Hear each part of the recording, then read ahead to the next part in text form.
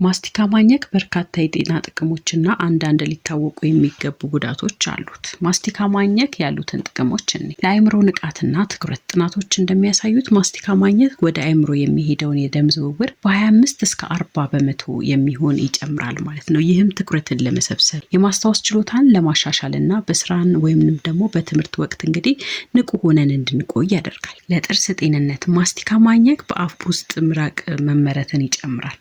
ምራቅ ደግሞ ባክቴሪያዎችን በማጠብና አፍ ውስጥ የሚጠራቀመውን አሲዶች በማመጣጠን ማለት ነው ጥርስ እንዳይቦረቦርና መጥፎ ጠረን እንዳይኖረው። በተለይ ደግሞ ዛይሊቶል ያላቸው ማስቲካዎች ማለት ነው ለጥርስ በጣም ጠቃሚ ናቸው። ጭንቀትን ለመቀነስ ማስቲካ ማኘክ ጭንቀት ሆርሞን የሆነውን ኮርቲሶልን መጠን ይቀንሳል ማለት ነው። ይህም ደግሞ ጭንቀትን ለመቀነስና መረጋጋትን ለማምጣት ከፍተኛ ሚናን ይጫወታል። ማስቲካ ማኘክ የምራቅ ፍሰትን ስለሚጨምር በምግብ ቧንቧ ውስጥ ያለውን አሲድ ወደ ጨጓራ እንዲመለስና እንዲጠፋ በማድረግ ማለት ነው የቃጠሎ መጠንን ወይንም የጨጓራ ህመምን ያስታግሳል። የምግብ ፍላጎትን ለመቆጣጠር እንዲሁም ይጠቅማል። ማስቲካ ማኘክ እንግዲህ ጣፋጭ የመመገብ ፍላጎትን ይቀንሳል። ይህም እንግዲህ በምግብ መካከል የሚደረጉ አላስፈላጊ መክሰሶችን ለመቀነስና ክብደትን ለመቆጣጠር ይረዳል። ማስቲካ ማኘክ ያለው ጉዳትስ ምንድነው ወደሚለው እንሂድ። የመንጋጋ ህመምን ያመጣል። ማስቲካን ለረጅም ሰዓትና ሁል ጊዜ ማኘክ የመንጋጋ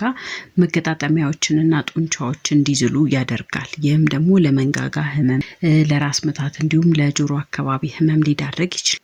የሆድ መነፋትና ጋስ ማስቲካ ስናኘክ እንግዲህ ሳናውቀው አየር አብረን እናስገባለን። ይህም ደግሞ አየር በሆዳችን ውስጥ እንዲከማች ያደርጋል። ይህም ደግሞ ለሆድ መነፋት፣ ለጋስ መፈጠር እንዲሁም ደግሞ ለሆድ ቁርጠት ሊዳርግ ይችላል። ስለዚህ እንግዲህ ማስቲካ ማኘክ ጥቅሙ እንዲያመዝን መደረግ ያለባቸው ነገሮች ምንድናቸው? ሁል ጊዜ ከስኳር ነፃ የሆኑ ማስቲካዎችን መጠቀም ይኖርባቸዋል። በቀን ውስጥ እንግዲህ ከ15 እስከ 20 ደቂቃ በላይ ባይኝኩ ይመከራል ማለት ነው። ምክንያቱም የመንጋጋ ህመም እንዳይከሰትባችሁ።